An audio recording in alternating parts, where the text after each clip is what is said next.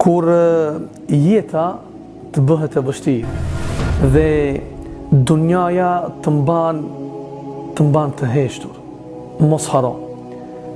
Çdo sfidë është një mundësi e mirë për të bërë më i fortë. Andaj, çdo plagë që ke, çdo vuajtje që ndjen, dije se wallahi është arsye dhe mundësi për të pastruar dhe për të qenë më afër Allahu xhalla xhelal. Çdo vështirësi që ke, te kaloj atë me besim të fortë tek Zoti dhe me durim. Me besim të fortë tek Zoti dhe me durim.